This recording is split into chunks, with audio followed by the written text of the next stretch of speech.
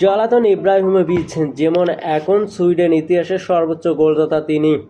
Club ফুটবলে একের পর এক শিরোপা জিতেছেন, ইউরোপের বড় লিগে গোলের পর গোল করেছেন, অথচ বিশ্বকাপের মঞ্চে তার নামের পাশে কোনো গোল নেই।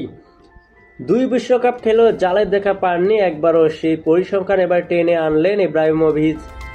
তবে আক্ষেপ নয়, বরং লিওনেল মেসির সাফল্যে মুগ্ধ হয়ে। অস্ট্রিয়ার বিপক্ষে আর্জেন্টিনার 2-0 গোলের জয়ে জোড়া গোল করেছিলেন মেসি। বিশ্বকাপের প্রথম ম্যাচে আলজেরিয়ার বিপক্ষে করেছিলেন হ্যাটট্রিক। 2 ম্যাচে 5 গোল করা আর্জেন্টিনার অধিনায়ককে নিয়ে ফক্স স্পোর্টে কথা বলতে গিয়ে নিজের বিশ্বকাপ ব্যর্থতাকে যেন হাসি মুখে মেনে নিলেন ইব্রাহিমোভিচ। শুরুতে প্লান্টি মিস করার পর 2 গোল করে ম্যাচ জেতানো মেসিকে নিয়ে ইব্রাহিমোভিচ বলেন, এটা নিয়ে কখনো কোনো সন্দেহ ছিল না। মাঝে মধ্যে প্লান্টি মিস করে বলেই তাকে মানুষ মনে হয়, আবার কিছু মুহূর্তে তাকে মানুষ মনে হয় না। এটাই মেসি। এখন পর্যন্ত এই বিশ্বকাপটা তারই। এরপর মেসির গোল সংখ্যার সঙ্গে নিজের তুলনা টানেন সুইডিশ কিংবদন্তি। সে এখনো জর্ডানের বিপক্ষে খেলেনি, তাই জানি না শেষ পর্যন্ত কোথায় গিয়ে থামবে।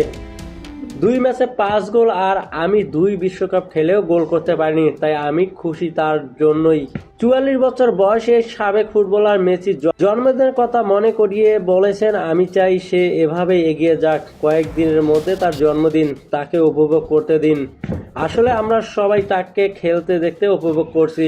অসাধারণ, সত্যি অসাধারণ। তাকে নিয়ে কথা বলার কোনো ভাষাই নেই।